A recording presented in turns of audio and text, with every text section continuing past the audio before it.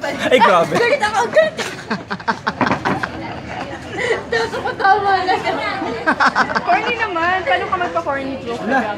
Siyempre, hindi inaasad niya bigla-bigla. Upload mo na yan pag...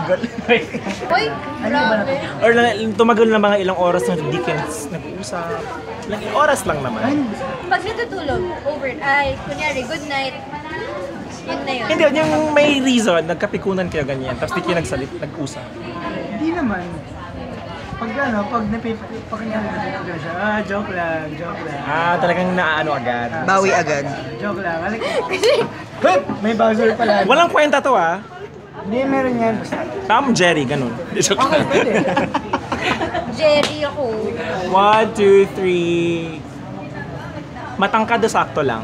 Sakto lang. Kuripot o galante? Kuripot. Sino ang last mong ka-text before today? Siya. Miguel. For Miguel, maganda or sexy? Maganda. Guwapo or macho? Guwapo. Kanino ka huling kinilig? Miguel. Sana. Sino ang pinakamagandang artista? Siya. Sino ang pinakagwapong artista? Miguel. Ay naku, ang tsaka na sagot. Text o tawag? Tawag. Hug or kiss? Hug.